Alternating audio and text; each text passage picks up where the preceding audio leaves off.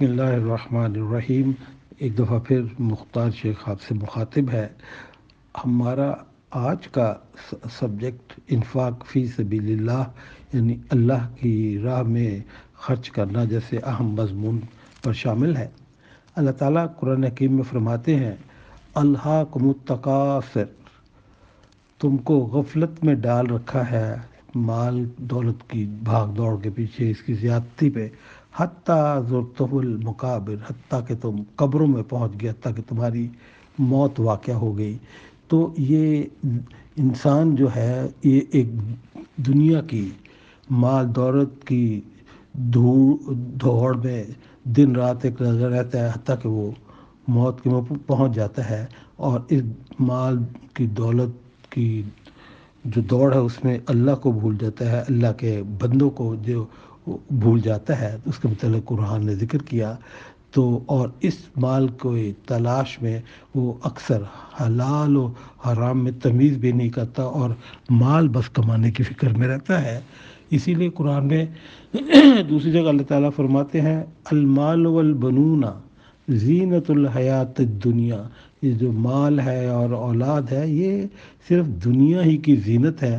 والباقیات الصالحات خیر عند ربک ثوابا وخیر عملا، جبکہ جو باقی رہ جانے والی چیزیں جو ہیں یا آخرت میں جو کام چیز آئے گی وہ کیا ہے؟ عمل صالح ہے اور انہی کا ثواب ہے۔ اور ہم لوگ جو ہیں وہ اس چیز کو بھولتے جا رہے ہیں۔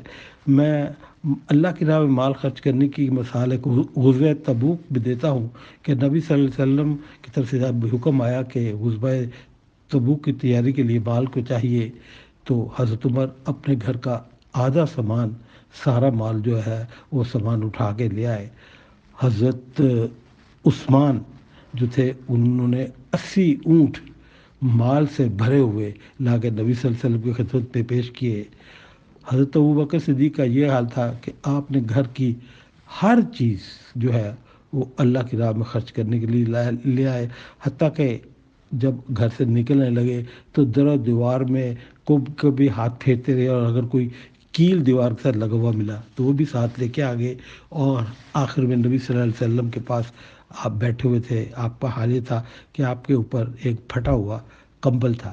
حضرت جبرائیل علیہ السلام تشریف لائے اور حضرت ابوبکر صدیق کی خدمت میں سلام اللہ پیش کیا، یعنی بتایا کہ اللہ جو ہے حضرت ابوبکر صدیق پہ سلام بھیجتے ہیں۔ یہ ان کو جو تھے حضرت ابوبکر صدیق کی فضیلت کا بیان ہے، اور جس کو قرآن میں بھی کہا وَسَيَجَنَّبُهَا الْأَتْقَى، اور اس کو ہم نے جہنم کی آگ سے بچا لیا، اور اللہ تعالیٰ نے آپ کو الاتقا یعنی متقیوں کا باپ کہہ سکتے ہیں، سب سے بڑا متقی، یہ بہت بڑا متقی یا بہت بڑا متقی کا خطاب دیا۔ تو سارا سامان وہ لے کر آ گیا تاکہ گھر کے کیل کانٹے تک جو ان کو ملے وہ کھیر کے لے آئے۔ تو اقبال نے کتنے خوبصورت بات شعر میں کہی حضرت ابوبکر صدیق کے متعلق۔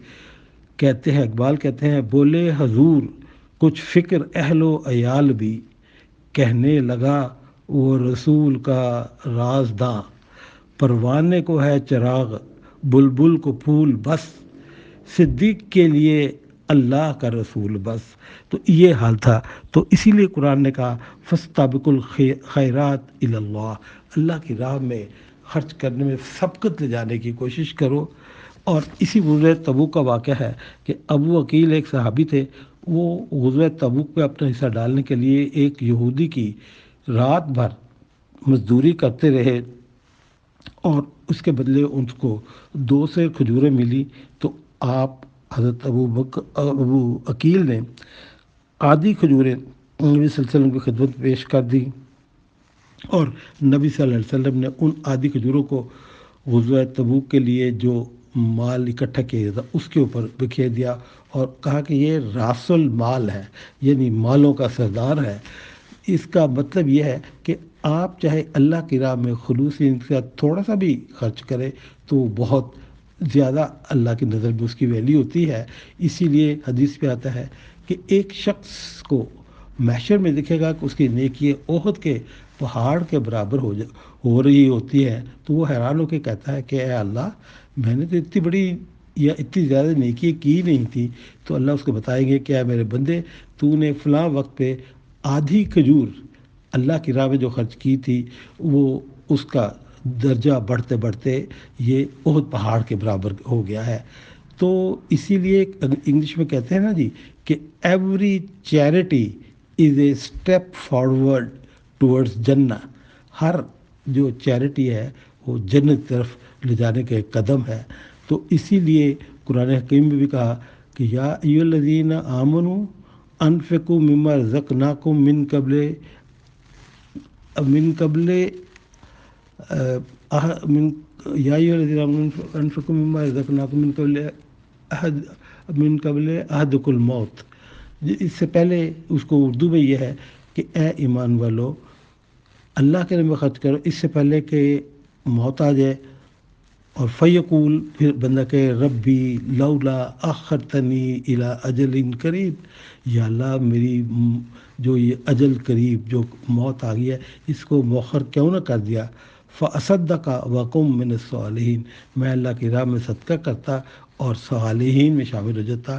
یعنی جب آدمی کا موت کا وقت قریب آئے اور اس کا آدمی کی یہی خواہش ہوگی کہ یا اللہ مجھے کوئی اور ٹائم مل جاتا تو میں اللہ کی راہ میں اس کو خرچہ کرتا۔ تو یہ ہے، ابھی بھی وقت ہے کہ اس سے پہلے کہ موت آ جائے ہم غفلت سے اٹھیں۔ امام راضی نے کتنی خوبصورت بات کہی کہ انہوں نے بازار میں ایک شخص کو آواز لگاتے ہوئے سنا جو کہ برف بیچ رہا تھا اور کہہ رہا تھا کہ اے لوگو مجھ پر رحم کرو، میری کمائی پانی بن کر ضائع ہوتی جا رہی ہے۔ تو اس طرح یہ ہماری عمر جو ہے یہ بھی تو صرف اسی طرح پگھلتی جا رہی ہے اور آپ اپنا وقت ضائع کرتے ہیں۔ تبھی قرآن نے کہا کہ اقترب للناس حسابهم وهم فی غفلۃ معرضون، تمہارا جو قریب آ گیا حساب کا وقت اور تم ابھی تک غفلت میں پڑے ہوئے ہو۔ تو ہمیں چاہیے کہ ہم اس طرف دھیان دیں، کیونکہ اگر آپ دیکھیں تو پیدائش ہو، شادی ہو یا موت کا ہمارے ہاں کوئی واقعہ ہوا ہو، ہم ہر تین چیزوں پہ فضول خرچیوں کے ڈھیر لگا دیتے ہیں۔ دیگیں پکتی ہیں، چکن پلاؤ پک رہے ہیں اور جو ہے اس میں فضول خرچیوں کو بے انتہا کرتے ہیں، اور بجائے یہ کہ کوئی سب میں ثواب ملے، بجائے ہم اس فضول خرچی کے گناہ میں دھنستے جاتے ہیں۔ تو یہ جو ہے اگر ہم دیکھیں کہ مثلاً شادی کی مثال لیں کہ اگر ہم شادی میں اگر ہم 5-7 ہزار کی یا 5-10 ہزار کی جو مار کی ہلکی لیول کی لے لیں یا شادی ہال ہلکے لیول کا لے لیں، ایک شادی میں سیلڈ کم کر دیں، ایک دلہا کا اور ایک دلہن کا سوٹ کم کر دیں، ڈھول کی مہندی، ٹھیک ہے یہ لوکل رسمیں ہیں، بچوں کی خوشی ہوتی ہے، اگر اس میں ہم اخراجات کو کم کریں تو یقین کریں کہ ہم 40 سے 50 ہزار روپے تک بچا سکتے ہیں، اور اس میں ایک غریب لڑکی کی شادی ہو سکتی ہے جس کے ماں باپ صرف اس وجہ سے اس کی شادی نہیں کرتے اور وہ غریب کے بالوں پر سفیدی آ جاتی ہے کہ وہ ان کے پاس پیسے نہیں ہوتے۔